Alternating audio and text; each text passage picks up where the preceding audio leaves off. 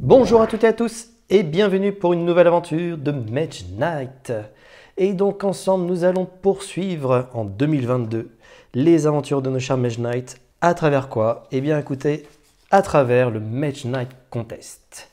Et oui, qui s'est déroulé déjà fin 2021, qui se poursuit en 2022 et sur lequel la communauté francophone nous propose justement de nouveaux chapitres, de nouvelles saisons, de nouvelles aventures pour nos Mage Knight. Et nous avions découvert lors d'une saison précédente, en tout cas du chapitre précédent, une mission de reconnaissance. Et ce coup-ci, nous sommes sur le chapitre 2, sur une conquête éclair. Et donc pour vous introduire, eh bien, je vais vous présenter justement quel est le contenu de ce qui va nous attendre pour cette aventure. Mais vous allez voir également l'apparition de nouvelles variantes que je vais vous expliquer au fur et à mesure de l'aventure. Donc ça va changer la donne par rapport à ce que vous pouvez connaître de manière très classique dans le Mage Knight. Encore une fois, c'est quasiment du contenu que vous pouvez trouver également dans le jeu de base ou la version Ultimate de Mage Knight. Donc voilà, on va mettre tout ça en scène et on va le découvrir ensemble. Alors, ce Mage Knight Contest, chapitre 2, une conquête éclair. Et oui, on ne vous a pas menti, vous êtes seul désormais. Mais le conseil a tout de même besoin de cette maudite cité soit soumise. Bonne chance. Bon, il y a une petite erreur ici, c'est pas bien grave, j'en ai fait une autre ailleurs d'ailleurs, je m'en suis rendu compte après une petite relecture. Mais bien entendu, je vous mettrai à disposition cette fiche de scénario qui vous permettra également, si vous le souhaitez, en tout cas poursuivre les aventures du Mage Knight Contest depuis chez vous, avec justement le jeu Mage Knight. Donc bien sûr, ça sera revu et corrigé, j'espère ne pas avoir fait trop d'erreurs dans cette proposition. Alors ici, nous sommes toujours en solo. Nous allons avoir une durée de 5 manches. Alors ici, je ne précise pas si c'est de jour et de nuit. Donc ici, c'est bien précisé, puisqu'il y a une variante que nous allons voir justement qui va introduire une nouvelle façon de jouer. Toujours un joueur fantôme. C'est le deuxième chapitre du Mage Knight Contest proposé par le comité francophone du Mage Knight. Et les cartes et compétences, de la même manière, comme une partie solo, nous retirons certaines cartes de sort qui sont là pour du jeu compétitif entre joueurs. Et puis tout ce qui est compétences interactives de chaque joueur ayant l'icône, la petite tête noire que nous écartons également. C'est une forme solo. Alors ici, nous sommes sur une phase ouverte à 3 colonnes. Voilà. 8 tuiles campagne, une tuile de cité, 3 tuiles royaume sans cité, et la cité qui sera révélée sera de niveau 5. Dans les règles spéciales, alors au moment du choix des cartes tactiques, le joueur fantôme est toujours le premier à piocher au hasard l'une des cartes tactiques. Ce qui est du coup changeant par rapport, je dirais, de manière classique, où c'est nous qui choisissons puis le joueur fantôme. Là, c'est le joueur fantôme qui va nous retirer une possibilité. Le joueur choisit ensuite l'une des cartes tactiques. À la fin d'une manche, jour ou nuit, retirez la carte tactique du joueur et remettez dans l'offre celle jouée par le joueur fantôme. Voilà. Donc la nôtre va être retirée et éventuellement, effectivement, on pourrait, vous allez voir par la suite, faire un peu plus de manches de jour ou de nuit que prévu. Alors, vous devez avoir marqué l'un de vos boucliers 5 sites aventures ou fortifiés. Donc, bon, c'est pas rien. C'est pas rien, mais bon, en même temps, il y a du défi. Il y a du défi, et puis ça va nous permettre certainement de nous booster également.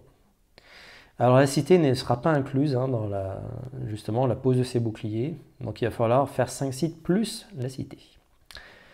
Nous devons avoir vaincu 3 draconiens. Waouh! Ça va être difficile. Mais, encore une fois, pour de l'expérience, de la gloire, d'avoir tué ces fameux draconiens. Et vous devez terminer avec une réputation supérieure ou égale à 0. Ok, une réputation positive qui n'est pas si simple que ça pour nos Mage Knight, qui sont ni bons ni mauvais. Mais encore une fois, là, il va falloir faire preuve d'une belle réputation auprès du royaume d'Atlante. La fin du scénario, conquérir la cité, puis revenir au portail avant la fin de la 5e manche. Ce qui change effectivement par rapport également à une partie classique, c'est qu'il va falloir dénicher cette fameuse cité, puis revenir le plus vite possible. Voilà, voilà, au portail avant de partir, je dirais, peut-être vers d'autres contrées et d'autres aventures. Décomptage final, là la gloire et la renommée n'ont aucune importance. Bon, on ne va pas forcément calculer le but de toute façon de ces aventures Mage Knight ici, c'est de vivre une aventure et pas forcément de scorer, je dirais, le maximum. Encore une fois, c'est une proposition. Vous pouvez bien entendu vérifier à peu près quel score vous avez atteint pour voir finalement jusqu'où vous êtes allé et si vous êtes amélioré par rapport à vos parties précédentes.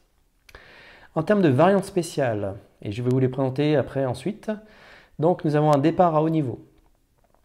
Ça, nous l'avions déjà fait sur une saison précédente. D'ailleurs, je me suis un petit peu trompé sur la mise en place, mais rien de bien méchant. Donc ici, nous allons recommencer sur un départ au niveau, et ce sera un niveau 3. La nuit approche. Ça aussi, justement, c'est pour ça qu'il n'y a pas de précision au niveau des manches. Donc nous allons bien voir ce que ça signifie, cette nuit approche. Le contrôle sur les offres, c'est une variante optionnelle, mais je vous propose de l'appliquer pour cette partie de Mage Knight. Cité aléatoire, c'est une variante également optionnelle, mais je vous propose également de l'appliquer, autant tout appliquer pour se faire plaisir au maximum. Et enfin, orientation des tuiles qui est imposée. Et donc, justement, je vais vous présenter tout ça. Alors, qu'est-ce que nous avions? Je vais reprendre les livrets fournis par le jeu. Alors, nous avions,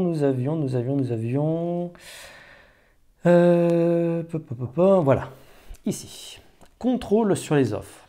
Alors, c'est uniquement pour les parties solo et vous allez voir que c'est une variante assez intéressante finalement, qui peut faire vraiment varier vos parties, voilà, vous ajoutez un petit peu plus de possibilités. Donc, dans un scénario solo, contre un joueur fantôme ou contre Volcar, les offres de sorts ou d'actions avancées ne sont pas souvent renouvelées. Effectivement, il n'y en a qu'une des cartes de l'offre qui va partir de l'offre. Nous vous recommandons d'utiliser cette variante pour avoir accès à davantage de cartes pendant la partie.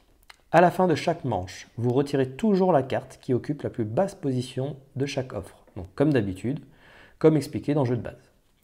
En complément, vous pouvez décider de retirer la carte du milieu de chaque offre. Donc offre des actions avancées et offre des sorts. Au total, vous remplacez donc soit 2, là c'est du standard, soit 3 en choisissant une des deux offres de sorts ou de cartes d'actions avancées, voire 4 si on choisit à la fois le sort et l'action avancée du milieu, ce qui retirera 4 cartes en tout. Ce choix doit être effectué avant de révéler de nouvelles cartes. Voilà. Et puis si on oublie de le faire, finalement on reste sur du jeu classique avec que les cartes du bas qui sont retirées.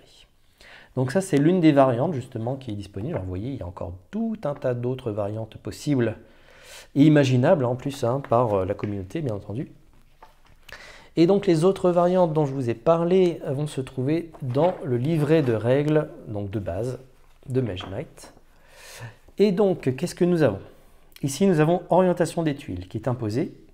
L'orientation des tuiles révélée est imposée. Un joueur qui révèle une tuile n'a pas la possibilité de la placer dans le sens de son choix. Donc ça c'est le jeu de base. C'est logique, le héros découvre un royaume inconnu, ce n'est pas eux qui construisent le paysage pour l'adapter à leur goût. Cependant, après de nombreuses parties, vous pourrez vous apercevoir que le nombre limité de tuiles peut parfois rendre la partie répétitive. Effectivement, peut-être au bout d'un certain temps, au bout de quelques centaines d'heures, vous allez vous apercevoir que les tuiles, elles ont toujours le même format, le même paysage, les mêmes terrains à traverser.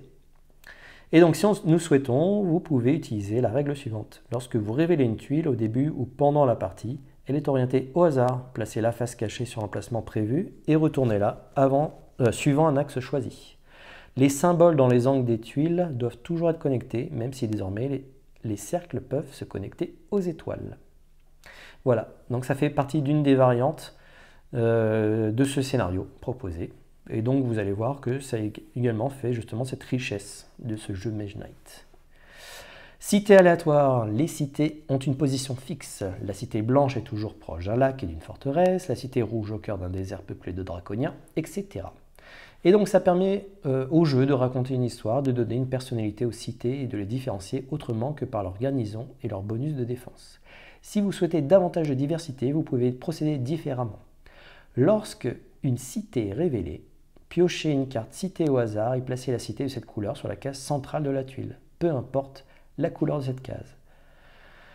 Donc voilà, donc ça permet aussi d'avoir mine de rien peut-être un terrain d'une cité blanche et puis tirer au hasard une cité rouge par exemple. Voilà. Donc ça permet de faire varier également les cités et les terrains.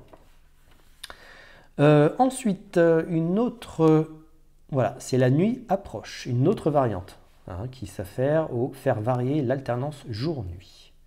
Vous commencez la partie de jour. À la fin de la manche, lancez 2 dés mana. Si l'un au moins est noir, la nuit tombe et durera jusqu'à la fin de la partie. Sinon, la partie continue le jour. Les dés étant lancés à la fin de chaque manche. Donc ça veut dire que nous pouvons poursuivre notre aventure, bénéficier du jour, des effets de jour, hein, qui sont peut-être moins complexes que les effets de nuit, et puis essayer de profiter au maximum de la journée. En revanche, dès que la nuit approche, après, elle reste jusqu'à la fin de la partie. Voilà, qu'est-ce que j'aurais oublié? Donc départ au niveau, ça nous allons voir juste après. Donc la nuit approche, contrôle sur les offres, cité aléatoire, orientation des tuiles. Ok, bien écoutez, c'est parfait. Et donc il nous reste plus qu'une seule des variantes à regarder ensemble pour préparer notre Mage Knight. D'ailleurs, notre Mage Knight, eh bien écoutez, j'ai choisi Brave Valar pour cette conquête. Voilà. Pourquoi Brave Valar? Tout simplement vis-à-vis de ses capacités de mouvement. Je pense qu'elles sont plutôt intéressantes pour se déplacer vite. Et puis après, pour conquérir la cité et surtout revenir au portail. Donc voilà, Brave Valar va nous suivre. Et puis le joueur fantôme que j'ai sélectionné. Non, j'ai pris au hasard. Donc c'est Wolfhawk qui va nous accompagner. Ok. Alors, montée de niveau. C'est par ici. Donc ça se situe dans le livret de règles des extensions. Et c'est au dos. Alors là, on va éviter d'oublier, malheureusement, des petites choses qui m'ont peut-être pénalisé d'ailleurs sur une partie précédente. Alors, donc justement, la relique perdue est un des scénarios qui impose ce départ au niveau. Et ce chapitre 2 du Mage Knight Contest en fait de même. Alors, avant la mise en place de la partie, c'est également le cas. Je n'ai pas révélé, j'aurais révélé aucune offre, aucune carte dans les offres, différentes offres possibles. Nous allons créer notre personnage. Pour chaque niveau pair, chaque joueur pioche 2 compétences. On choisit une et place l'autre dans l'offre des compétences. Donc si on commence au niveau 2 ou 3, on fait cela une fois. Alors déjà, c'est ce que nous allons faire. Nous allons procéder à cette partie-là.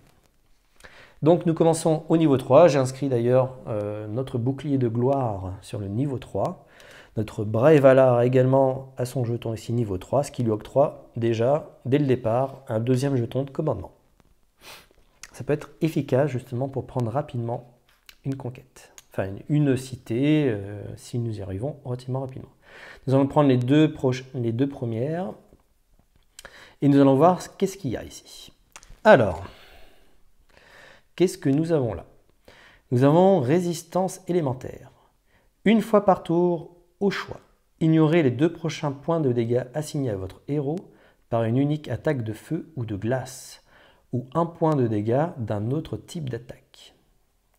Ok, c'est pas mal du tout. Celle-ci, qu'est-ce qu'elle nous fait? Celle-ci, qu'est-ce qu'elle nous fait? Écoutez, c'est celle qui est juste en dessous, ça tombe bien.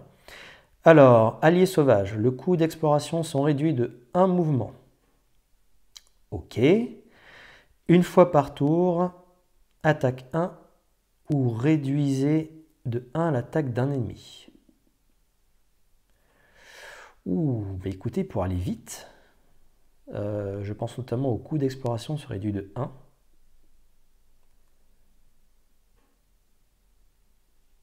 C'est pas mal ça. Et une fois par tour, en plus c'est pas une fois par tour ici, Allié sauvage, ouais, attaque 1 ou réduisez de 1 l'attaque ennemie. Il n'y a pas de ou.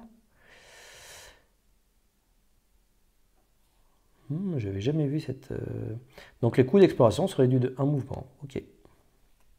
Donc nous allons réduire de 1 mouvement. Et en plus après, une fois par tour, on peut réduire donc, une attaque de 1. Donc déjà ça rajoute toujours le petit point qui pourrait nous manquer justement pour attaquer un ennemi. Voire éviter de prendre peut-être trop de dégâts en réduisant de 1 l'attaque d'un ennemi. Ok, et puis là c'est tout type, Alors, je ne sais pas si vous voyez bien sur le jeton, mais c'est à la fois de l'attaque physique, de l'attaque élémentaire, de feu, de glace, voire de feu glacé. Donc c'est extrêmement puissant. Donc nous allons prendre ça pour notre Brave Valar. Mais ça, effectivement, attention, faut que je regarde d'ailleurs si c'est pas corrigé, si c'est pas une fois par tour. mais les coûts d'exploration sont réduits de un mouvement, c'est extrêmement puissant. Ok, bon, on va voir ça. Ça marche. Et donc celle-ci retourne dans l'offre des compétences, pardon. Et puis Wolfhawk va également faire apparaître une de ses compétences, qui est ici un bain revigorant. Voilà. Et donc, une fois par manche, sauf pendant un combat, retournez cette tuile pour générer soin 1 et gagner un cristal bleu dans votre inventaire. Ah, c'est pas mal. C'est pas mal. Hop, Wolfhawk a vraiment des capacités hyper intéressantes. D'ailleurs, chaque Mage Knight a sa capacité spécifique. Ensuite, qu'est-ce qu'on va faire? On va prendre les jetons de commandement correspondant à notre niveau de départ. C'est ce que j'ai fait au départ. Donc nous avons un jeton de commandement supplémentaire, voilà, que je retourne. Et donc nous avons ici 2 jetons de commandement. Ensuite, chaque joueur reçoit 2 cristaux choisis parmi les couleurs indiquées au bas de sa carte héros. Alors notre Brave Valar, lui, se gratifie soit de bleu et de vert. Je vous propose de prendre un bleu et un vert, ça va faire pas mal de variété. Ouais, pour faire du mouvement, ça peut être intéressant. Et donc nous rajoutons un bleu et un vert. Ok, ce début de partie. Ensuite, on va piocher des cartes. Donc action avancée, niveau du héros, plus 2. Donc 5 actions avancées. Hop, c'est parti ici. 1, 2, 3, 4 et 5. Ensuite, ça c'est pour les actions avancées. Donc on va les mettre voilà, à disposition ici. Ensuite, unité régulière, niveau du héros plus 1. Donc du coup ici, ça va être niveau 3 plus 1, donc ça fait 4. 4 unités qui vont se joindre à nous, et des unités plutôt intéressantes. Ouh là là, oui, de très belles unités. Ok, on va découvrir ça juste après, ensemble. Ensuite, le sort, niveau du héros. Donc c'est 3 sorts. Hop, 1, 2 et 3. Donc les 3 sorts ici qui vont être disponibles. Et enfin, le dernier, donc c'est artefact. Et donc c'est niveau du héros, moins 1. Donc on va piocher 2 artefacts. Voilà. Anneau d'émeraude ou bannière de la gloire. Ok. Et ensuite, qu'est-ce qu'on nous dit? Chaque joueur peut prendre gratuitement une action avancée par niveau impair au-delà du premier. Une au niveau 3, 2 au niveau 5. Puis chaque joueur dispose de 6 points d'influence par niveau à dépenser pour acheter des cartes qu'il souhaite, selon les coûts présentés ci-dessus. Donc ici déjà, je vais démarrer en choisissant gratuitement, et c'est ça que j'avais oublié la dernière fois, une des cartes ici. Alors qu'est-ce que nous avons? Donc au cœur du combat, qui permet de jouer cette carte au début du combat. L'attaque et la part de toutes vos unités sont augmentées de 2 pendant ce combat. Par contre, on ne peut pas assigner de dégâts à nos unités. Ou alors, l'attaque et la parade de toutes nos unités sont augmentées de 3. Ah, elle est très puissante celle-ci, je l'avais utilisée d'ailleurs lors de ma dernière partie. Une boule écrasante, gagnez un cristal vert dans votre inventaire, ou alors une attaque de siège 3. Voilà, très puissant aussi. Boule explosive, prenez une blessure et on gagne un cristal blanc et un rouge. Ou alors une attaque à distance de 3 sur son effet boosté. Pour chaque ennemi éliminé par cette attaque, moins 1 d'armure pour notre ennemi. Ah oui, une boule qui explose auprès des ennemis. Une intimidation, une influence 4 ou une attaque de 3. À la fin de notre tour, moins 1 de réputation. Influence 8 ou attaque 7, à la fin de notre tour, moins 2 de réputation. Ouais, une grosse influence par contre. Ça ne va pas dans le sens, je dirais, de notre réputation qui doit être positive.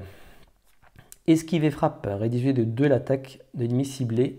Attaque 1 lors de la phase d'attaque. Et si vous n'avez pas ajouté de blessure à votre main lors des premières phases du combat. D'accord. Donc il y a une condition de faire une contre-attaque. Et là on réduit de 4 l'attaque d'un ennemi ciblé. Ou on réduit de 2 attaques d'un ou 2 ennemis. Ouh, c'est puissant ça. Attaque 2, si on n'a pas ajouté de blessure à notre main lors des premières phases de combat. Ok. Alors, qu'est-ce qui peut être pas mal? Boule écrasante, effectivement. Boule explosive également. Ah là là, elles sont toutes très intéressantes. Celle-ci un peu moins intimidation pour ce scénario. Hein. Attention, c'est une carte extrêmement puissante, mais pour ce scénario, le fait de devoir être en positif à la fin de la partie, ça ne va pas forcément nous aider malheureusement. Donc gratuitement, je prends une boule explosive. Allez, c'est toujours une bonne carte. Donc je vais l'ajouter à mon deck. Ok, donc on a vu un petit peu. Donc ça, c'était le choix que nous devions faire gratuitement, une action avancée. Et ensuite, donc, on va disposer de 6 points d'influence par niveau. Et donc nous disposons de 18 points d'influence, puisque nous sommes au niveau 3. Et si on ne dépense pas tous nos points d'influence, on gagnera uniquement un point de gloire, hein, peu importe le nombre restant de points d'influence. Donc c'est ce qui serait bien, c'est de se rapprocher en tout cas de 18, voire 17, hein, pour essayer peut-être d'avoir un point de gloire en plus. Et puis après, je ferai la mise en place, voilà. On fera la une mise en place comme une partie classique. Ok, donc le coût en fait, hein, pour acheter une action avancée, c'est 6 points d'influence. Une unité, c'est le coût d'influence de l'unité. Un sort, c'est 9 points, ou alors 7 points et un cristal de la couleur correspondante. Donc on va peut-être se réduire de nos possibilités.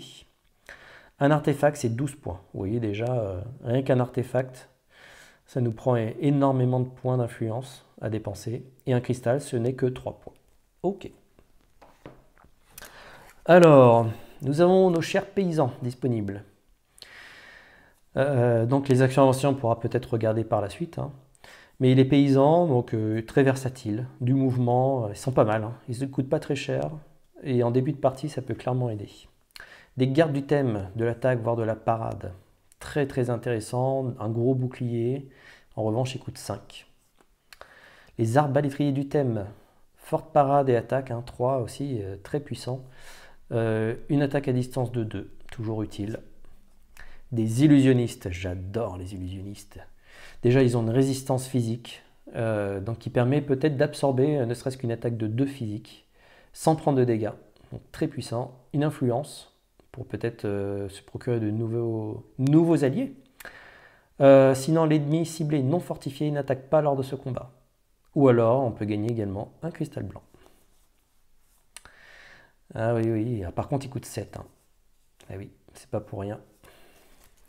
Ok. Ensuite, au niveau des sorts, appel aux armes. Durant ce tour, vous pouvez utiliser la capacité d'unité de l'offre des unités. Comme si vous l'aviez recruté. Vous ne pouvez pas lui assigner de dégâts. Donc ça permet d'avoir une capacité supplémentaire. C'est pas mal du tout. Et appel à la gloire, recrutez gratuitement n'importe quelle unité de l'offre des unités. Si vous n'avez pas de jeton commandement disponible, vous devez renvoyer l'une de vos unités. Alors sachant qu'ici, hein, on ne sait pas si on va tomber sur la nuit immédiatement ou peut-être par la suite. Donc ça risque d'être difficile. Un éclair de mana. Lorsque vous lancez ce sort, payez un mana. Du bleu, c'est une attaque de glace 8. Du rouge, c'est une attaque de feu glacé 7. Du blanc, une attaque à distance de glace 6. Et c'est un vert, c'est une attaque de siège de glace 5. Et tonnerre de mana, finalement ça va booster. Alors là, je ne vous raconte pas, il faut dépenser du bleu, du noir, plus encore un autre. Donc attaque de glace 11, attaque de feu glacé 10, attaque à distance de glace 9 ou une attaque de siège de glace 8. Très très puissant. Une vaporisation, intéressant. Un mouvement 4, le coût de mouvement de tous les terrains est de 2, lac compris. Vous ne pouvez pas pénétrer sur une montagne, une colline jusqu'à la fin du tour. Et un voile de brume, toutes vos unités gagnent toutes les résistances. Vos héros ignorent la première blessure infligée par des ennemis lors de ce tour. Les effets additionnels liés à cette blessure sont eux aussi ignorés. Waouh! Ah, de très très beaux sorts. Et enfin, les artefacts. Anneau d'émeraude, gagnez un jeton mana vert et un cristal vert dans votre inventaire. Et on gagne un point de gloire. Et si on détruit, hein, donc vous avez une réserve illimitée de mana vert et noir ce tour. Pouf! Ok. Gagnez un point de gloire pour chaque sort. Gagnez un point de gloire pour chaque sort vert lancé ce tour. Oh, très très fort. Et une bannière de gloire, assignez cet artefact à l'une de vos unités. Cette unité gagne plus 1 d'armure et plus 1 à chaque attaque ou parade qu'elle effectue. À chaque fois que cette unité effectue une attaque ou une parade, gagnez un point de gloire. Ok, et si nous détruisons donc une bannière de gloire, vos unités gagnent plus 1 d'armure et plus 1 à chaque attaque ou parade qu'elles effectuent ce tour. Gagnez 1 point de gloire pour chaque unité qui effectue une attaque ou une parade ce tour. Waouh, ouais. Ouais, ok. Alors là-dedans, nous avons quand même 16 points à dépenser. 18 points, pardon, 18 points. 18 points. Qu'est-ce qu'on va faire pour 18 points? Je partirai quand même bien avec quelques unités. 18 points, ouais, ça peut nous coûter vite cher tout ça. Hein. Je pense notamment aux illusionnistes. Ouais, qui peuvent nous aider, voire les gardes du thème. Alors ça nous coûterait 7 hein, déjà les illusionnistes. Imaginons que nous prenons que les illusionnistes, ça nous fait 7. Il nous resterait 11 points. 11 points. C'est 6 points. Une carte complémentaire. Une boule écrasante pourrait être pas mal aussi. Donc là, ça nous ferait par exemple 13 et il nous resterait 5. Et pour 5, on pourrait même s'offrir des gardes du thème. Des gardes du thème, voire des paysans. Ouais. Des paysans qui nous permettraient d'avoir un point non dépensé, et donc ça me permettrait d'avoir un point de gloire supplémentaire. Les paysans sont pas mal aussi hein, pour avancer. Mais là, ça peut nous permettre de conquérir justement les fameux sites. Il faut 5 sites en tout, donc ici, ça nous ferait 7. 7 plus 5, ce qui nous fait 12. 12 plus 6, ça nous fait 18. Eh bien écoutez, on va démarrer avec ça. Ça me paraît plutôt pas mal quand même. Ça me paraît pas mal du tout. Hop. Et donc là, nous dépensons nos 18 points. Nos 18 points octroyés hein, ici. Et puis ensuite, donc, dès que nous avons choisi, nous avons dépensé nos points, on n'en a pas en surplus. Et on mélange toutes les cartes restantes dans leur pioche correspondante et on procède normalement à la fin de mise en place. Voilà. Et donc je vais le faire hors caméra. Alors je vais placer nos unités. Donc notre boule écrasante va venir s'ajouter à notre deck que je remélangerai bien entendu. Et puis les illusionnistes vont nous accompagner dès ce début d'aventure ainsi que les gardes du thème. Et voilà, et donc nous leur souhaitons bien entendu le bienvenu aux côtés de notre cher Braille-Valar. Donc je vais procéder en tout cas à une mise en place de l'aventure hors caméra et puis on se retrouve juste après. A tout de suite.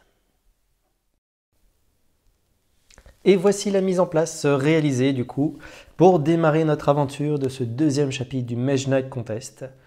Et donc le royaume se découvre déjà à nous et vous allez voir déjà une première spécificité. C'est que les tuiles, effectivement, ont une orientation aléatoire. Hein, donc j'ai pris les tuiles telles qu'elles sont venues. Ce qui change clairement la donne par rapport aux disponibilités, à la disposition même des terrains. Et puis, ben voilà, hein, ça y est, nous découvrons ce premier début. Ce début où Braille-Valar voilà, va pouvoir justement avancer vers sa destinée qui sera la cité à conquérir, puis revenir hein, vers ce fameux portail magique que les Mage Knights apparaissent toujours hein, sur ce portail magique. Mais souvent, hein, ils prennent possession des lieux, mais ils ne reviennent jamais à ce portail magique. Là, effectivement, notre quête ne sera que de courte durée, de 5 manches, pour aller conquérir, puis revenir et repartir d'ici. Voilà. Alors, nous avons ici des créatures quand même qui ne sont pas forcément très sympathiques. Et donc, c'est un lanceur de pierre orc qui se trouve en plus derrière des remparts, donc il est doublement fortifié. Donc très difficile, hein, même les attaques de siège, peu importe, voilà, rien ne va lui faire. Il a une compétence lourde qui le pénalise si jamais nous dépensons du mouvement, ça réduira d'autant son attaque. Un monastère disponible, un camp de réfugiés si je ne me trompe pas qui permet de recruter finalement n'importe quel type d'unité. Suivant des bonus ou des malus, un labyrinthe qui nous permettrait éventuellement de faire quelques conquêtes supplémentaires. Alors le labyrinthe, alors non c'est un dédale, c'est pas labyrinthe. Le labyrinthe c'est la version Au-dessus. Labyrinthe, labyrinthe, labyrinthe. Toujours ces petites fiches très pratiques. Hein, la mise à non, donc labyrinthe, c'est bien la version supérieure. Camp de réfugiés, les ruines, les remparts. Le dédale. Voilà. Alors le dédale, bien entendu, peut être intéressant en fonction du choix que nous faisons hein, sur la quantité, je dirais, de mouvements que nous allons dépenser. Si c'est bien ça, voilà, dépenser 2, 4 ou 6 points de mouvement, donc ça coûte quand même cher. Nous pouvons donc rencontrer une bête, je dirais, marron, là. Donc c'est plutôt une chimère hein, qui est assez coriace, je dirais. Mais nous pouvons embarquer avec nous une unité. Si nous prenons la voie 2, nous gagnons à la fin donc 2 cristaux. Si nous prenons la chaîne numéro 4, donc le dédale numéro 4 avec 4 points de mouvement, ce sera un sort qui nous sera à notre disposition. Et le 6 nous permettrait d'acquérir un artefact. En plus, bien sûr, de la gloire d'avoir terrassé une terrible bête au fond de ces dédales. Bon, écoutez, ça peut être intéressant. Ça peut être intéressant. Néanmoins, quand même, ça se trouve à l'extrémité. Je ne me vois pas en plus traverser cette partie-là pour me retrouver un peu coincé entre la montagne. La bête de guerre, là, le lanceur de pierre orque ne viendra pas nous embêter. Hein, il est derrière les remparts. Tout mouvement derrière les remparts ne provoque pas l'ennemi errant. Donc ça peut nous tirer à notre avantage. Il y a un monastère qui est juste derrière. Ok, donc il propose agilité. Donc du mouvement. Et pendant le combat, on peut dépenser nos points de mouvement pour gagner de l'attaque. 1 pour 1. Donc ça permet de transformer nos cartes de mouvement en cartes d'attaque. Très puissant. Et mouvement 4, pardon, en effet boosté. Et pendant le combat de ce tour, vous pouvez dépenser des points de mouvement. Donc 1 point pour gagner une attaque de 1 et ou 2 points pour gagner une attaque à distance de 1. Encore une fois, très puissant. En revanche, hein, le mouvement joué pour se déplacer, il est joué. Et ensuite, il est perdu à la fin de votre déplacement. Il n'est pas, je dirais, en bonus pour pouvoir faire une attaque supplémentaire lors d'un combat si vous ne l'avez pas dépensé lors de votre mouvement de base. Voilà. Ok, une agilité. Ensuite, ici, nous allons découvrir... Alors non, on ne va pas découvrir une unité, mais il y a une unité, effectivement, de forteresse qui va s'y trouver. Et ça, clairement, ça peut être très intéressant, surtout en ce début de partie. Ici, il y a une antre qui est pas mal du tout aussi. L'antre qui permettrait... Alors, l'antre, voilà. Qui permettrait de combattre encore de nouveau une chimère, hein, donc une créature relativement puissante. En revanche, ça nous ferait gagner aussi 2 cristaux. C'est pas mal, c'est pas mal. En plus de la gloire supplémentaire. Nous avons déjà 2 unités hein, qui pourraient nous aider. Donc ouais, ça peut être puissant. Ça peut être puissant, c'est pas très loin de nous. Ça serait peut-être déjà une première conquête. Et puis ici, des petits orques qui sont restés, donc des tirailleurs orques. Voilà. Bon, ils sont pas très puissants, ils font pas gagner énormément de gloire, mais néanmoins, ils font gagner un point de réputation. Mais par contre, ils ont 2 petites attaques de 1, donc il faut faire 2 parades. Ça, c'est très pénible. C'est assez pénible. Ok. Et voici donc le royaume qui se découvre à nous. Alors en plus, après, nous avons différentes mines à notre disposition, un village. Bon, il y a de quoi faire. Hein. Il y a de quoi faire. Et puis, n'oublions pas que nous avons une compétence très intéressante ici qui permet de réduire de 1 finalement nos explorations. Le coût d'exploration se réduit de 1 mouvement. Donc, c'est hyper intéressant pour Brévala d'exploiter cette capacité, donc de découvrir très rapidement, je dirais, le royaume d'Atlante. Ok, mais avant de démarrer, donc de toute façon, on va procéder vraiment au démarrage en relançant déjà la source qui va être produite au cours de cette manche. Ok, donc ici ce n'est pas possible, hein, on n'a plus de la moitié des dés qui ne sont soit des dés or, soit des dés noirs. Par contre on a un dé vert, donc on va juste relancer ces 2 dés, malheureusement. Et oui, il ne faut pas avoir plus de la moitié. Et bien là ça tombe plutôt bien. Ce sera un bleu qui va s'ajouter et un or en plus du vert déjà présent. Ça, c'est plutôt bien. Ensuite, le joueur fantôme va choisir avant nous. Donc, nous allons mélanger. Et oui, ça change clairement hein, par rapport à ce scénario proposé.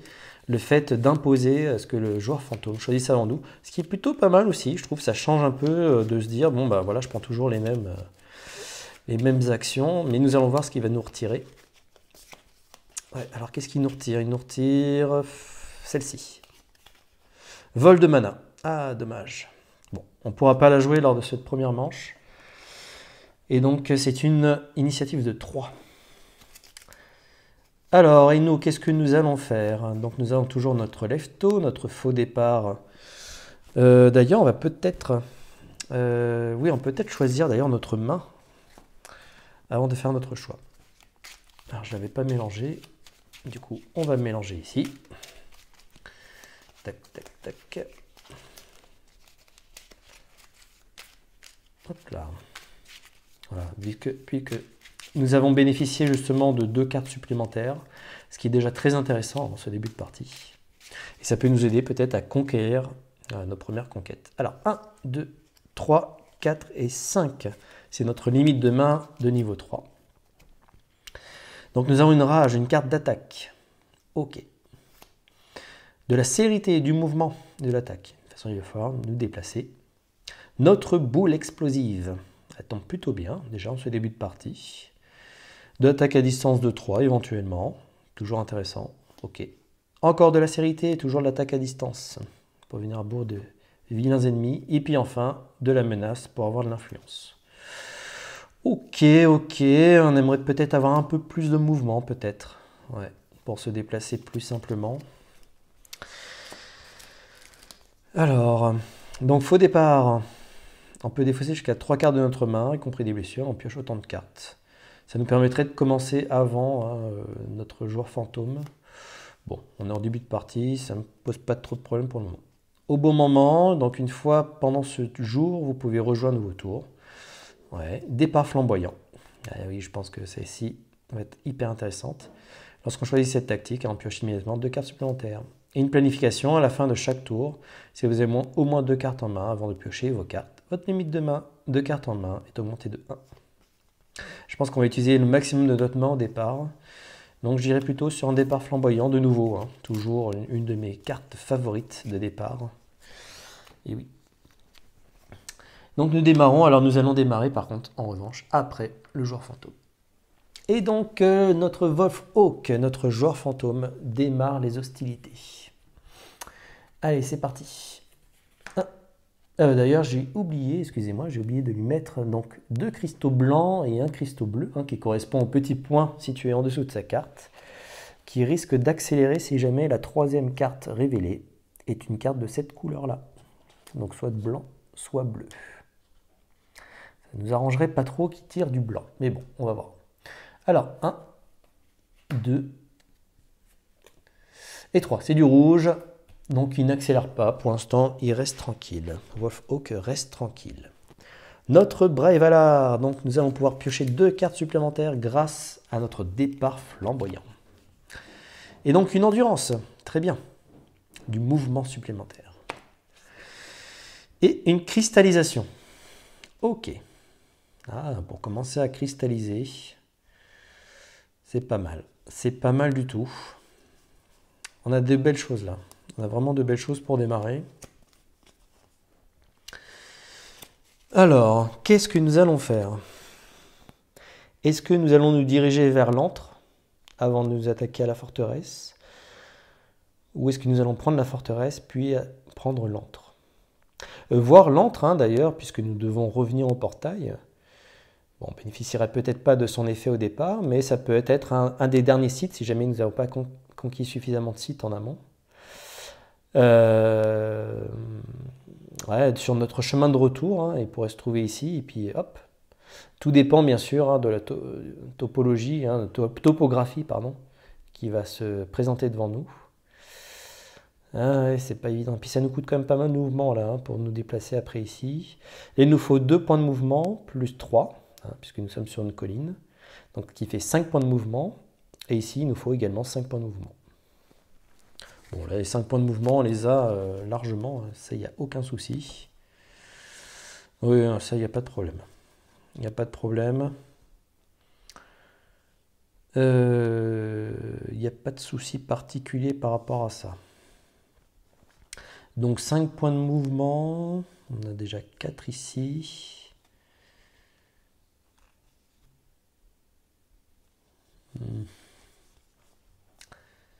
Ce qu'il y a, c'est qu'on n'a pas beaucoup de possibilités. Un cristal blanc et rouge. Ouais, c'est pas mal aussi. Au pire, on pourrait faire ça. Je réfléchis, hein, le fait de devoir se déplacer, puis ensuite d'attaquer. De toute façon, je pense qu'on va utiliser notre endurance. Donc notre endurance, mouvement de 4. On va se laisser la liberté. Est-ce qu'on se la laisse? Est-ce qu'on utilise déjà notre bleu? Notre cristal bleu. Si précieux. Ouais, on va l'utiliser. On va utiliser notre cristal bleu. Ce qui nous fait déjà 4 points de mouvement. 4 points de mouvement. Et puis, on va utiliser... Ouais, on va utiliser un point de plus à cristallisation. Ce qui nous fait 5. Allez, c'est parti. 2. On va déjà voir qu'est-ce qui va être révélé ici. Oh, c'est pas mal ça. C'est pas mal du tout. Ce sont des troupes de choc. Alors, en quoi c'est pas mal? Bon, ils ont un caractère insaisissable. Ce qui est un petit peu pénible, c'est qu'ils ont une armure de 6. Si jamais nous ne bloquons pas leur attaque de 5. Ils ne sont pas fortifiés. Malgré qu'ils se situent sur un site fortifié, ils ne sont pas fortifiés. Donc, des attaques à distance peuvent tout à fait les toucher. Donc ça, c'est intéressant. C'est intéressant pour nous. Ok. Donc ça tombe plutôt bien. Ils ont une attaque de 5 quand même. Mais en tout cas, nous allons partir à la conquête de notre première forteresse. Ok.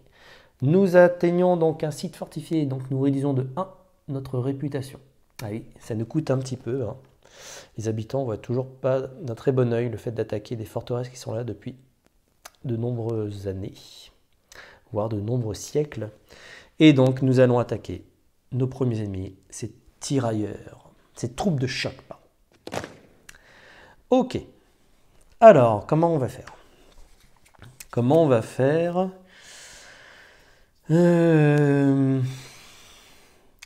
Alors, avec une attaque à distance, on pourrait les détruire. Par contre, il faut une attaque à distance de 6. Et oui, ils sont insaisissables. Donc ça, c'est un peu pénible. Une attaque à distance de 6. On l'a, hein. On a ici notre attaque à distance de 6. Ça nous fait jouer toute notre célérité, malheureusement. Voire notre boule explosive. Ouais, ça, c'est pas terrible. C'est pas terrible. Sinon, qu'est-ce qu'on pourrait faire d'autre? N'oublions pas, hein, bien sûr, que nous avons nos unités hein, qui peuvent parfaitement être utilisées. On pourrait réduire d'ailleurs de 1 l'attaque de l'ennemi. Hein, il arriverait à 4. Et grâce à nos gardes du thème, on fait une parade de 4. Donc, ce qui nous permet tout simplement de les bloquer. Il ne reste plus qu'à faire une attaque de 3. Et donc, nous les détruisons. Une attaque de 3. En plus, on a largement ce qu'il faut pour faire une attaque de 3. Ok. Bah écoutez, je pense que c'est ce qu'on va faire. C'est ce qu'on va faire. Ouais, de toute façon, on n'a pas vraiment d'autres parades. Ça m'embête d'utiliser déjà le pouvoir ici. Ouais, une attaque à distance sinon. J'aimerais bien garder le mouvement hein, pour qu'on puisse se déplacer très rapidement. Révéler le maximum, je dirais, de... Ouais, le maximum de tuiles royaume. Qu'est-ce qui est le plus judicieux? Qu'est-ce qu'on va utiliser en priorité? Bon, de toute façon, on va utiliser notre parade. Ouais, on va utiliser notre parade. Alors, ils attaquent. Nous utilisons notre compétence qui va réduire de 1 leur attaque. Donc il passe à 4. À 4, nous utilisons nos gardes du thème qui nous produisent, qui nous octroient une parade de 4. Elle ne compte pas double, il n'y a pas de capacité vive de l'ennemi. Et donc nous parons parfaitement. Lorsque nous parons parfaitement, finalement, cette troupe de choc finit entre nos griffes. Et donc elle perd son avantage d'armure qui était insaisissable. Et là, elles sont à notre portée. Et donc il ne faut qu'une attaque de 3 pour les détruire. Et une attaque de 3, je pense qu'on va utiliser notre boule explosive. Malgré tout, même si effectivement un cristal blanc et un cristal rouge, c'est toujours très intéressant. Sinon on pourrait le garder, mais ce serait dommage, Ça m'embête un peu. Sinon on va faire tourner notre deck, en gardant un petit peu cette partie-là peut-être. Je ne vais pas jouer avec la source là. Ouais, l'effet de boulet. Une attaque à distance de 3, c'est tellement fort. Et que j'ai ici, hein, d'ailleurs, sur du mouvement. Mais on ne va pas avoir une main extraordinaire à la fin. On n'aura plus que cette main-là. On n'a quasiment pas dépensé de cartes de nos mains, mis à part celles que nous avons piochées. Donc l'idée, c'est peut-être d'en utiliser le maximum. Et donc pour en utiliser le maximum, j'utiliserai bien une rage. Ouais, une rage boostée. Ah, c'est dommage, on a utilisé notre cristal. On a utilisé notre cristal. On aurait pu l'utiliser plus tard. Bon, c'est pas bien grave. Soit je booste la rage, mais je pourrais très bien conserver le précieux mana or qui est là-bas. On va faire tourner notre deck. Donc on va utiliser notre rage, attaque de 2, ainsi qu'une menace inclinée qui nous produit une attaque de 3. Et donc la troupe de choc meurt. Ok. On va faire tourner notre deck, même si on utilise notre cristal, on ne pensait pas l'utiliser d'une autre manière. Et donc ça va nous octroyer quand même 3 points de gloire. 1, 2 et 3. Ok, ensuite, nous allons mettre un bouclier, puisque nous avons conquis cette forteresse. Ça, c'est plutôt pas mal. C'est plutôt pas mal. Hop, du coup, eh bien, je remets dans la réserve le bleu que nous avons utilisé. Enfin, dans la réserve. Et oui, cette petite réserve de mana. Cette magie qui est autour du royaume d'Atlante, qui se trouve à l'intérieur de ce royaume. Nous avons 3 cartes en main. Nous avons une limite de cartes de 5 plus 1 grâce à notre forteresse que nous avons tout juste conquis. Et donc, nous allons piocher 3 cartes supplémentaires. 1, 2 et 3. Ok. Et donc, ça, c'est parfait. Nous reprenons notre capacité disponible. C'est toujours fantôme. Alors, 1, du blanc, c'est pas mal ça. 2 et 3. Du vert, très bien. Il n'y a pas de vert ici, dans la réserve de Wolfhawk. Donc, elle n'accélère pas. C'est à nous. Alors, notre célérité, une boule écrasante, d'attaque de siège éventuellement, voire un cristal vert. La voix des druides, pas mal ça. Du mouvement supplémentaire. Le coût de mouvement d'un type de terrain réduit de 1. Minimum 2. Ah oui. Et oui, et oui, oui. Et de la marche. Ok. Ben écoutez, c'est pas mal tout ce qu'on a ici. C'est pas mal du tout. On a du mouvement. Il nous faut du mouvement de toute façon. Et c'est ce que nous allons faire. On va essayer de révéler au maximum.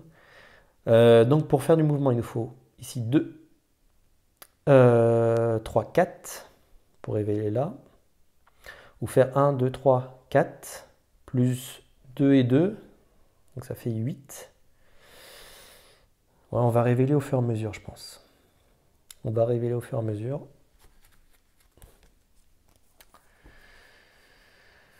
Donc, avant d'utiliser la voix des druides, on va utiliser une boule écrasante qui nous produit un cristal vert dans notre inventaire.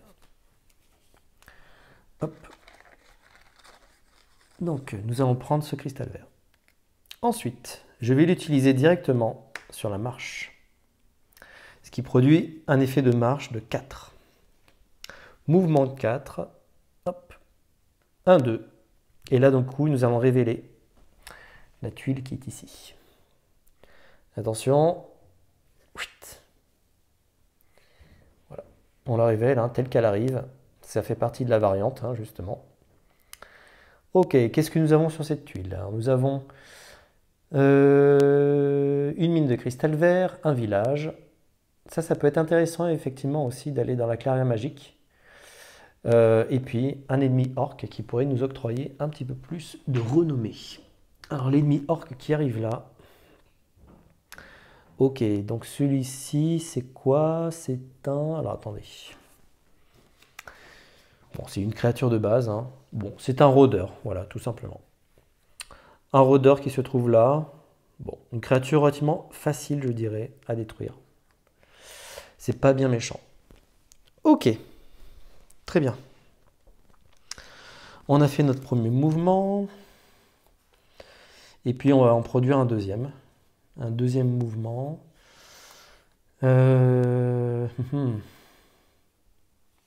Qu'est-ce qu'on produit comme mouvement? On va peut-être garder la voix des druides.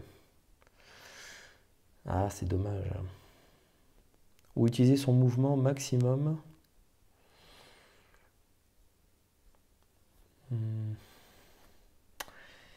Ce que j'aurais bien quand même boosté un petit peu mon affaire là. Donc on va utiliser la voix des druides. Ah, c'est dommage de l'utiliser là, je suis désolé. Je réfléchis un petit peu pour essayer de faire le maximum de mouvements, mais ça nous octroie quand même un mouvement de 4, ce qui n'est pas inintéressant. Après, on a 4 de mouvement ici aussi en célérité. Pourquoi 4 de mouvement? Tout simplement pour atteindre déjà justement cette plaine qui est à proximité de cet orc, et puis de révéler de nouveau une tuile. Tout simplement. Et puis de profiter de ce tour-là, déjà pour oxyre, je dirais, ce rôdeur. Voilà, cet orc rôdeur. Donc pour ce faire, il faut 4 points de mouvement, on les a ici. Ouais, on va faire ça. On va faire ça. Tant pis, même si le coût de mouvement d'un type de terrain est réduit de 1, là, il va falloir que je choisisse. J'ai pas trop d'idées sur quel type de terrain, qu'est-ce que nous allons rencontrer. Est-ce que ça va être intéressant de bouger davantage? Peut-être, peut-être. Bon, allez. La voix des druides. Donc nous allons booster un mouvement de 4. Un type de terrain, écoutez, on va choisir au pif. On va dire du désert, qui pourrait peut-être se trouver là. Donc on fait déjà 2, 3, 4. Donc ici, ch'touk. Ouh. Ça arrive comme ceci. Ok, donc il y a un autre orc. Une tour de mage, mine bleu ou vert. Et ici, donc une clairière magique. Ok, pas forcément évident. Pas forcément évident, mais bon. On va déjà révéler un deuxième orc, qu'on pourra d'ailleurs combattre au même moment. Ouf, alors lui il rigole pas, c'est un invocateur orc.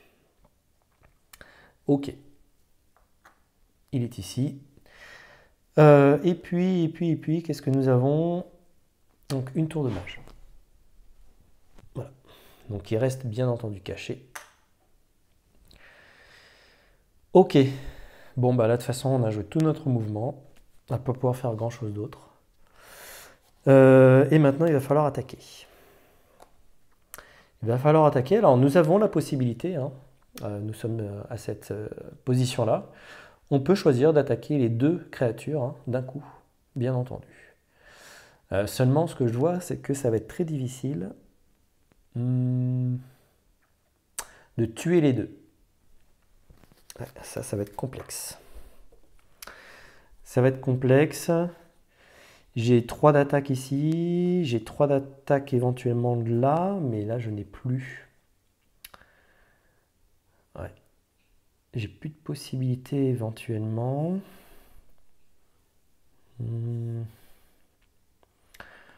On peut toujours exploiter cette partie-là, effectivement, la boule explosive. La boule explosive, nos illusionnistes, bien sûr, qui peuvent produire tout à fait un cristal blanc dans notre inventaire. Néanmoins, il va nous manquer un point d'attaque à distance. Sachant que la compétence de Bray-Valar de rajouter un poids d'attaque, c'est une attaque de 1, c'est pas une attaque à distance de 1. Donc c'est un petit peu embêtant. C'est un petit peu embêtant. On va pas pouvoir tuer les deux malheureusement pendant ce tour. Non. Mais je pense qu'on va devoir utiliser notre boule explosive pour gagner un cristal blanc et un cristal rouge. Ok, donc on va faire ça. On prend une blessure. Tant pis. Et on gagne donc un cristal blanc et un cristal rouge. Donc une blessure dans notre main. C'est un peu pénalisant. Et un cristal blanc dans notre inventaire. Et un cristal rouge ici. On va perdre un petit peu de temps là pendant ce premier combat. Et donc nous allons détruire, enfin nous allons choisir en tout cas comme cible cette créature errante. Celle-ci on va la laisser tranquille pour le moment. Mais on va attaquer celle-ci. Alors. Pour l'attaquer, on va utiliser tout simplement, vous allez voir, hein, ça va être très très basique, une célérité boostée avec du blanc, ce qui nous permet de faire une attaque à distance de 3. Et donc nous détruisons notre ennemi avant même qu'il n'ait eu le temps de dire ouf. Il nous octroie, mine de rien, 2 points de gloire. Et oui, nous approchons d'un prochain niveau. Et puis également un point de réputation. Donc toujours intéressant hein, de détruire les ennemis errants. Ça nous permet d'avoir un petit peu plus de réputation, toujours un peu d'expérience, enfin un petit peu de gloire supplémentaire. Toujours bon à prendre. Et donc notre tour s'achève ici. Je vais nettoyer un petit peu. Je vais relancer la source. Oh, de l'or. Le plein jour. Nous sommes en plein jour. Ok, on va nettoyer toutes nos compétences. On a utilisé quand même pas mal de possibilités. Il nous reste 2 cartes, nous avons une limite de cartes de 5, et donc nous allons piocher 3. 1, 2 et 3. On va peut-être tomber sur du soin aussi. Et c'est au joueur fantôme. Voilà, de continuer. Hein. Du blanc, c'est bien ça, ça tombe bien. Attention à la troisième. Du rouge, très bien. Toujours pas de rouge hein, dans la réserve de Wolfhawk, donc elle n'accélère pas davantage. Et donc nous avons notre célérité, une promesse, un peu d'influence, de la rage pour détruire des ennemis puissants. Une détermination. Parade, forte parade. Ok. Qu'est-ce que nous allons bien pouvoir faire ici alors on pourrait se déplacer. Hein. On pourrait se déplacer. Par contre, on n'a pas trop de cartes de mouvement. On n'a que notre célérité. Ce qui est un petit peu limité.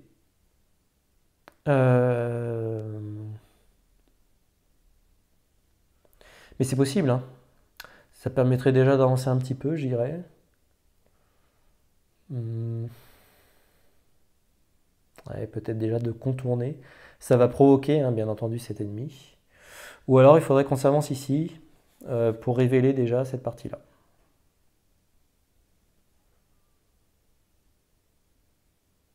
Sachant que le coût d'exploration se réduit de 1 mouvement. Donc là, pour 3 points de mouvement, ah ben non, ça va mettre fin à notre mouvement de toute façon. Si nous bougeons ici, ça va mettre fin à notre mouvement. Mais ça permettrait peut-être de se préparer pour la prochaine ici. Ah, c'est pas mal, c'est tentant. Donc on va faire une célérité. Une célérité, un mouvement de 2. Et donc nous allons provoquer l'invocateur orc au combat. Notre mouvement s'arrête immédiatement. Hein. L'ennemi est provoqué, il nous attaque. Alors, pour éviter le courroux de cet invocateur, nous allons utiliser les illusionnistes. Alors, les illusionnistes, il nous faut l'ennemi ciblé non fortifié, c'est exactement le cas, n'attaque pas lors de ce combat. Et donc, nous utilisons un dé de mana de la source or pour l'utiliser. Et donc, l'invocateur orc hein, que nous combattons est complètement bloqué par nos illusionnistes. Ensuite, il nous faut 4 d'attaque. 4 d'attaque, nous les avons ici. D'ailleurs, on a même un peu plus.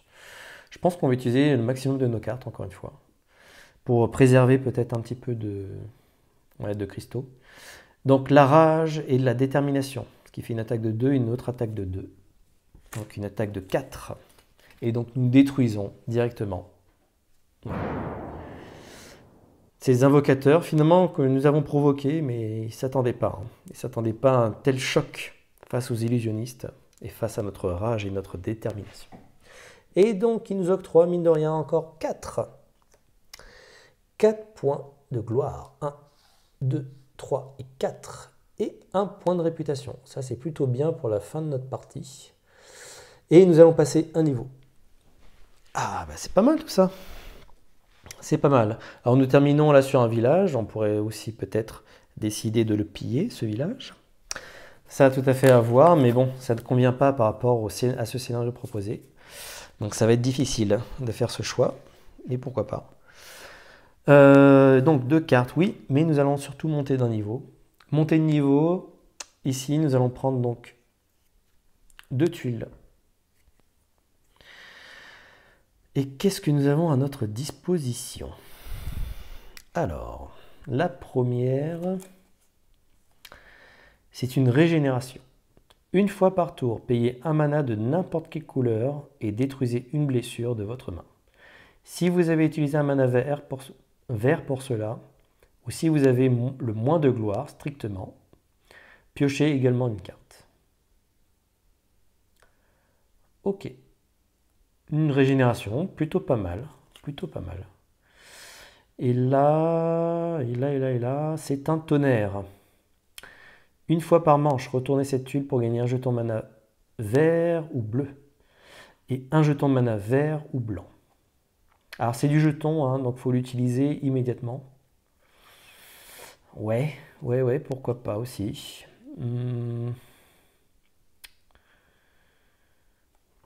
Ou encore, hein, je peux utiliser la compétence de Wolfhawk, qui est un soin et un cristal bleu. Ah, ça c'est pas mal. Je pense qu'on va combiner. On va utiliser la compétence de Wolfhawk.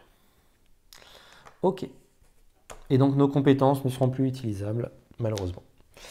Et donc ici, hop, je vais révéler la prochaine compétence de Wolfhawk, qui va être dans l'offre des compétences. Et donc celle-ci, qu'est-ce que c'est? C'est une motivation. Une fois par manche pendant le tour de n'importe quel joueur, retournez cette tuile pour piocher 2 cartes. Si vous avez le moins de gloire strictement, gagnez également 1 point de gloire. Vous ne pouvez pas utiliser une autre compétence de motivation jusqu'à la fin de votre prochain tour. Bien entendu, c'est une compétence extrêmement intéressante, extrêmement puissante, qui peut se cumuler en plus si nous avons plusieurs motivations. Ce sera, je pense, un choix judicieux lors de notre prochaine montée de niveau. Ce qui permet de faire comme un effet de pillage de village, par exemple, pour piocher, ou un effet de départ flamboyant, piocher 2 cartes, entre 2 de nos tours. Très très puissant. Et bien, ça tombe plutôt bien. Et nous allons choisir également une carte. Alors non, nous n'allons pas la choisir, excusez-moi, puisque nous avons pris la carte de Wolfhawk. Et donc c'est forcément falsification qui va venir nous rejoindre. Donc gagnez un cristal dans votre inventaire de la couleur de l'un des sorts de l'offre des sorts. C'est pas mal, hein. Et en effet boosté, gagnez 2 cristaux dans votre inventaire aux couleurs de 2 sorts différents de l'offre de sorts. Ok, très bien. Et donc ça va rejoindre notre main. Hop, on va renouveler l'offre qui est ici. Et donc ce sera pouvoir des cristaux. Ok, très bien. Donc on a 2 cartes en main.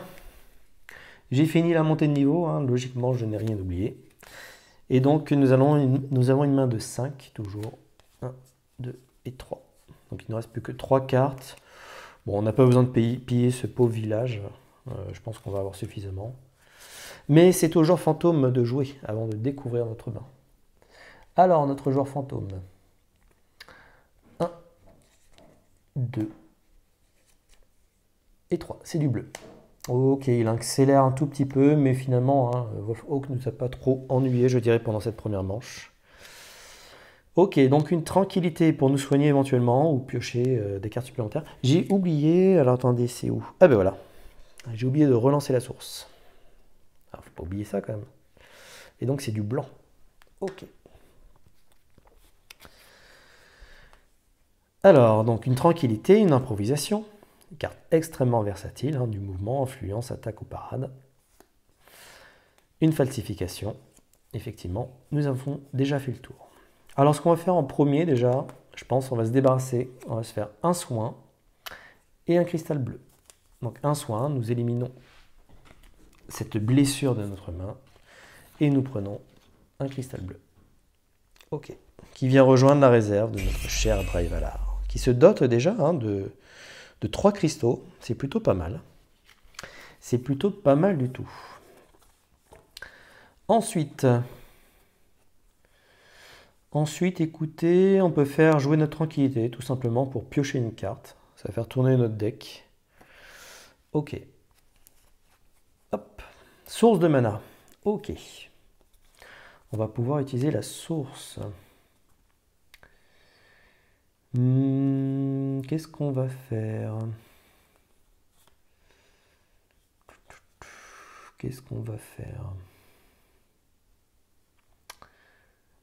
On peut faire jouer une improvisation, c'est pas mal. Surtout avec une promesse inclinée, ce qui nous octroie quand même 5 points de mouvement. Ouais, c'est pas mal ça. C'est pas mal pour découvrir un petit peu ce qui se passe dans ce royaume. Ouais. Ok, bon déjà on va faire ça. Une improvisation boostée au rouge grâce à notre mana or. Et puis on va défausser, pardon, promesse, puisqu'improvisation nécessite de défausser une carte. N'oublions pas que nous avons un coût de -1 pour l'exploration. Et donc on va déjà utiliser donc 1 point. Il nous en restera 4. Alors attention. Ouf, oulala. Oulala. Alors ça c'est pas terrible. C'est pas terrible du tout. Donc ici, ce sont des marécages, si je ne me trompe pas. Non, des marais, tout simplement. Et donc c'est 5 points de mouvement pour les traverser. Donc ça coûte extrêmement cher. Ok, des marais, donc un rôdeur. Peut-être un orc encore à détruire. Ok, ah bah dis donc. Ils sont pas très loin, je pense qu'ils sont en groupe. Ils se sont groupés ici, dans cette région d'Atlante. Une clairière magique, et puis aussi des ruines. Et là, nous sommes de jour, donc nous allons révéler le contenu de la ruine. Ouh, c'est pas mal. Contre 2 unités, donc c'est un combat assez féroce quand même. Les unités les plus puissantes, les unités d'élite là. Mais par contre, on peut gagner un sort et un artefact. Intéressant. Intéressant, par contre là, le mouvement... on a 4 points de mouvement encore.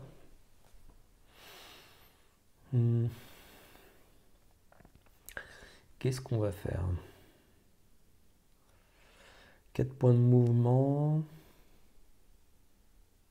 Il nous en manque un de toute façon pour avancer.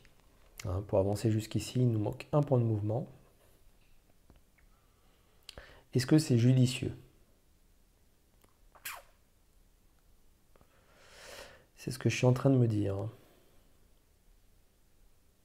Là, l'idée, effectivement, ce serait de passer par là. Par contre, eux, ils vont être provoqués. Ça pose problème. Voyons voir.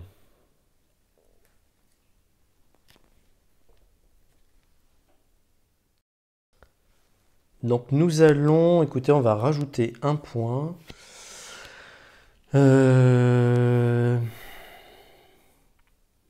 Ouais, on va rajouter un point de mouvement avec source de mana. Ce qui va nous permettre de faire nos 5 points de mouvement ici. Alors n'oublions pas quand même que la prochaine manche potentiellement c'est une nuit ou le jour, on ne sait pas. Donc si jamais la nuit tombe, là on va être vite fait bloqué, je dirais, par le coup de mouvement dans des forêts qui devient de 5 la nuit. Si on passe par là, on aura peut-être plus de choix, éventuellement si c'est le jour ou la nuit. En revanche, ces créatures-là vont être pénibles. On ne va pas les attaquer à ce tour-là. On va attendre encore un tour, surtout que là, nous allons bénéficier de toutes nos cartes. Donc pour l'instant, on va s'arrêter là. On va s'arrêter là pour ce tour. Ok, il ne nous reste plus qu'une carte en main, une falsification. Je vais relancer la source. Et c'est de l'or qui tombe. Pas mal. La journée nous suit, hein, c'est peut-être un signe. On défausse. Et donc on va prendre nos deux dernières cartes. Voilà, on aura toute notre main. Le joueur fantôme va terminer tranquillement. Voilà ce qu'il a commencé. Notre Wolf Hawk termine par une célérité. Elle n'annonce pas la fin. On aurait encore éventuellement 2 tours possibles. Et donc nous avons une concentration. Une symbiose naturelle.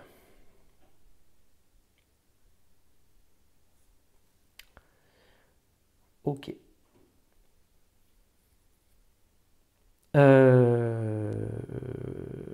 Ok, ouais, c'est pas mal, hein, du mouvement, du soin, parade. De toute façon, on n'a pas d'attaque particulière. Ça pose un petit souci, malheureusement. C'est dommage. C'est dommage, on aurait pu essayer d'attaquer la dernière créature. Même si ici, on a déjà une attaque de 1. Hein.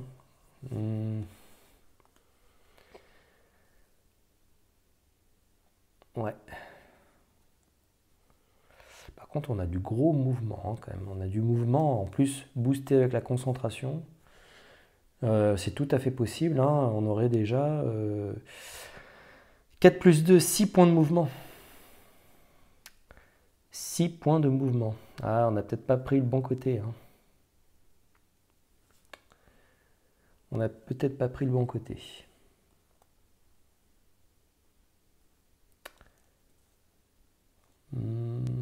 Comment jouer astucieusement? Oui, peut-être pour déjà se déplacer. Ce serait dommage de rester avec ses cartes en main, hein, de toute façon. Là, l'idée, effectivement, si on se déplace, on va les provoquer. Avec un mouvement de 2, hein, ça va les provoquer.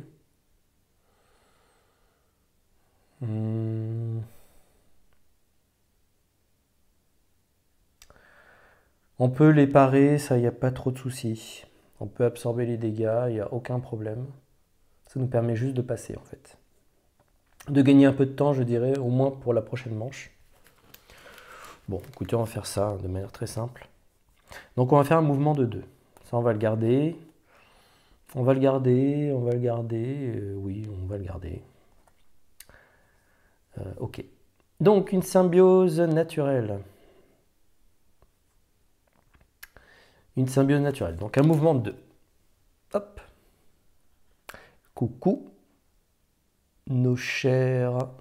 Alors comment ils s'appellent eux déjà? Ce sont des tirailleurs orques. Voilà. Et donc nous nous déplaçons. Les tirailleurs orques voilà, se tournent vers nous. Et donc, ils nous attaquent. Alors, qu'est-ce que nous faisons? Sur les alliés sauvages, on réduit de 1 l'attaque d'un ennemi. Donc déjà, on va réduire, grâce à notre compétence, de 1 une attaque. Donc elle est à 0. La deuxième attaque, c'est une attaque physique. Nos illusionnistes ne sont pas blessés. Même s'ils sont utilisés, ils peuvent absorber les dégâts. Et donc, ils ont une résistance physique qui va une valeur jusqu'à 2. Et donc, ils absorbent entièrement cette attaque. Il nous faudrait une attaque de 4 pour les détruire. Malheureusement, nous n'avons plus d'attaque à notre disposition. On aurait éventuellement, excusez-moi, une concentration, une falsification, mais ça ne ferait que 2 points d'attaque. Donc malheureusement, là, pour ce tour, on ne va pas pouvoir les utiliser. Donc, ils reviennent tranquillement. Ils ont compris qu'ils ne peuvent rien faire contre Braevalar. Voilà. Et notre Braevalar continue son chemin, puisqu'il n'est plus exposé finalement face à ses rôdeurs. Mais il le fera qu'à son prochain tour. Donc ici, hop, symbiose naturelle. Nous revenons ici. On va pouvoir faire comme des choses hein, à la fin de cette partie. On revient ici. En plus, on a un coup de -1 pour l'exploration. Le joueur fantôme annonce la fin de manche. Et donc, il ne reste plus que notre dernier tour. Notre dernier tour pour faire quoi? Eh bien, pour jouer pour un point de mouvement, il nous suffit d'un point de mouvement pour révéler la prochaine tuile. Alors, on va faire le maximum. Hein. On va faire le maximum pour ce dernier tour. Et donc, on va révéler. C'est plutôt pas mal. Hein, on a bien esquivé. C'est plutôt rare, hein, ces situations-là, où en fait, on fait que absorber finalement les dégâts des ennemis pour passer finalement aux côtés d'eux. Mais là, c'est plutôt bien pensé. Alors, attendez. Hop. Comme ceci. Tac. Voilà. Et donc, qu'est-ce que nous avons? Bah, dis donc, ici, nous avons un... Alors, comment ça s'appelle ça déjà? Pop, pop, pop, pop. Ce n'est pas un donjon, c'est... Si, c'est un donjon. Alors, un donjon, c'est les règles de nuit qui s'appliquent. C'est une chimère, mine de rien, que nous devons attaquer sans nos unités. Et après, nous pourrons gagner éventuellement un sort, voire un artefact. C'est intéressant, et puis ça fait un site en plus de découvert, donc c'est plutôt pas mal. Ici, nous avons encore des orques qui arrivent. Ouh! Alors ça, c'est une chevaucheur de loup, si je ne me trompe pas. Voilà, c'est un chevaucheur de loup. Une capacité vif. Nos gardes du thème sont parfaits pour parer ce genre de créature. Et puis un autre monastère qui arrive là. Donc une nouvelle carte d'offre avancée, malheureusement, qu'on ne pourra pas utiliser. Mais c'était Don pour la magie qui arrivait en seconde offre. Puisque là, nous avons deux monastères, donc deux cartes d'action avancée disponibles pour s'entraîner auprès du monastère. Voilà, donc ça, nous venons de révéler finalement tout simplement le royaume, grâce à notre fameuse compétence, qui est extrêmement puissante, de Brave Valar. Et puis, donc, il va nous rester une carte, une falsification, qu'on va utiliser tout simplement. Et donc, nous allons la booster. Et elle nous permettra de gagner 2 cristaux dans votre inventaire aux couleurs de 2 sorts différents, de l'offre des sorts. Donc, on va le booster grâce à notre mana or. Et donc, on va gagner un bleu et un vert. Ça me paraît plutôt bien. On aura un peu plus de choix. Notre Brave Valar se gave, clairement, en cristaux de mana. C'est plutôt le style de Goldix, en termes de Mage Knight, d'avoir énormément de cristaux. Mais là, Brave Valar se dote d'une richesse inégalée en termes de magie. Et bien, effectivement, pour atteindre son but, ça va être d'aller découvrir cette fameuse cité qui se cache encore dans les méandres du royaume d'Atlante. Mais nous sommes sur la bonne voie, je pense, pour parvenir à nos fins. Et c'est ainsi s'achève en tout cas cette première manche. Et donc nous allons découvrir lors du prochain épisode, justement si nous restons dans cette journée étincelante. Nous avons été accompagnés, je dirais, par la source, et notamment la source lumineuse, ou si la nuit va finalement arriver et peut-être éteindre nos espoirs, peut-être, ou on va essayer de bénéficier des effets de nuit, en tout cas, à notre avantage, en tirer à notre avantage, pour poursuivre cette aventure. Et donc je vous dis à très bientôt pour la suite de cette aventure. Ciao!